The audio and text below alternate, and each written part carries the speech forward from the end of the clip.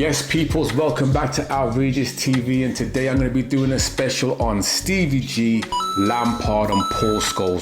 Who do I pick? The age-old debate has been going on for years, decades, and you know what? I'm going to give my opinion on this because I want to. Yeah, that's how I feel today. Yes, Before now. I start the video, if you would like, comment, subscribe, I would appreciate it greatly. It helps out the algorithm, it helps out my channel, and I see all the new love and support, and I truly thankful. Where do we start, man? Where do we start? All three of these players are dying breeds of footballers. Now, this is back in the day when England were renowned for having the best midfield in the world. Yes, I can't even remember the last time we didn't have a decent midfield. England are really well known for producing quality players in the middle. And why we haven't won anything in all these years, I don't know. It has baffled me for decades. Trust me, it's given me grey hair. But at one point, us English, we had the holy trinity of footballers. And I'm gonna start off with Paul Scholes. Now, Paul Scholes was the little ginger ninja for Manchester United. He was under Alex Ferguson for the majority of his duration. What a player he was.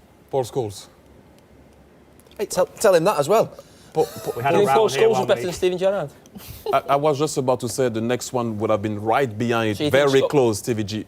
I have to go with Paul Scholes. And I love Stevie G, but I have to go with Paul Scholes. Paul Scholes was just ahead in his head. He was making them tick. He was making Man United tick. Paul Scholes particularly doesn't have many great attributes physically. He wasn't strong, he wasn't tall, he wasn't quick, and he definitely couldn't tackle. Like, his tackling skills were absolutely woeful. He ain't lying. On paper, if you just saw Paul Scholes, you wouldn't even think he was a footballer, but he had savant level intelligence. When we're talking like 1,000 IQ of footballers, Paul Scholes is one of them. Literally a footballing genius. Yes, now. He could pick out a pass 40-yarders. His ball retention was incredible. Zingers, pingers, short passes, volleys, literally could do it all. Other than tackle, because that just, no, let's just leave it out. Wasn't even known for his heading, wasn't well known for doing tricks, but you just had to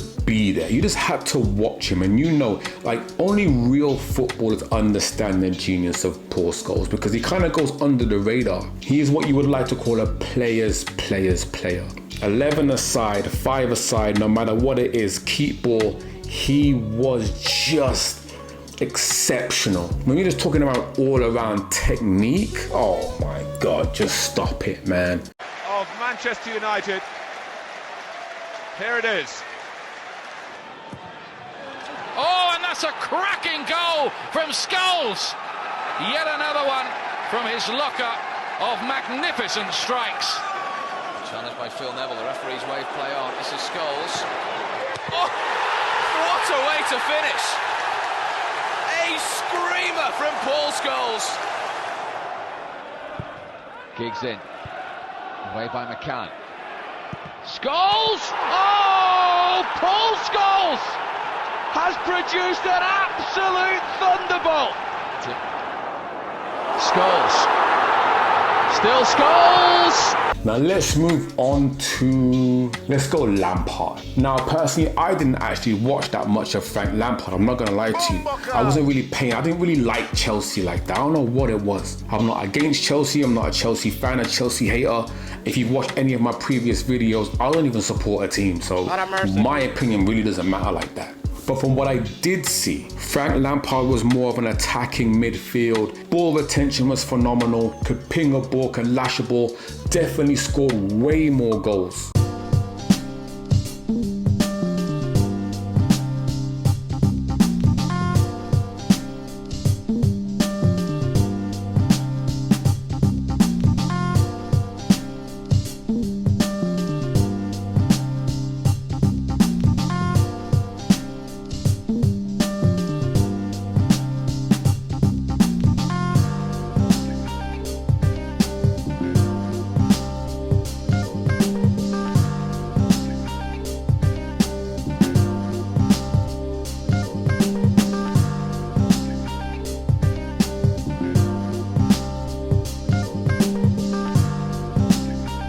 In his 429 appearances, I could have sworn he had like 140 odd goals. 147, right? He could smash a ball. He could place a ball. He kind of had that Kevin De Bruyne kind of flow. Yeah, I forget I even said that. I messed up with that one. Just cut. But he was a staple for Chelsea. And he was also a staple for Man City too. In his later years, he was just reliable. He wasn't really a box-to-box man. Again, wasn't the quickest, but again, he just had that technique that you need from a midfielder. Tackling wasn't fantastic, really wasn't known for that. He was known more for his smarts and his goal averages. Frank Lampard, different kind of person, not so extroverted, but the best professional I have ever worked with. Is the player that trains better, more concentration, more commitment, always focused on himself, never happy about his performance, always want to improve, always want to learn. If he does some skill in a game where he misses it, the next day in train he wants to stay 1 more hour doing the practice of exactly that situation. I remember he lost a goal once in a difficult volley with the left foot. The next day in train he was 1 hour after training session practicing that volley with the left foot. Does character make a player? Oh yes. God gives them the talent, but some of them they waste this talent. Now let's move on to Stevie G. Now Stevie G was one of those players that you could absolutely rely on. Stevie is the best player that I have ever coached. Yeah. If you want to buy Gerrard and Carragher this time, you pay 200 million. 180 for Gerrard. Yeah. 500 appearances, 120 goals for Liverpool. He is a Liverpool GOAT. Yes, if you ever think of Liverpool, you always think of Gerrard. The two just go hand in hand. What can you say? Made some blunders that kind of hindered his career. But if you're talking out and out footballer, the boy could tackle. The boy can play any position. I could have sworn one game he played right back. And I'm not joking. It's not a joke. If he could play goalkeeper, he would. He could tackle. Surprisingly, he is one of the quickest out of them. Like, it was surprising. Strength, oh my God. Hard body. He could ping 40, 60 yarders. First touch was great. He was aggressive when necessary, a great leader, and he was like a lad's lad. Like, everyone liked him. He wasn't boastful in that way.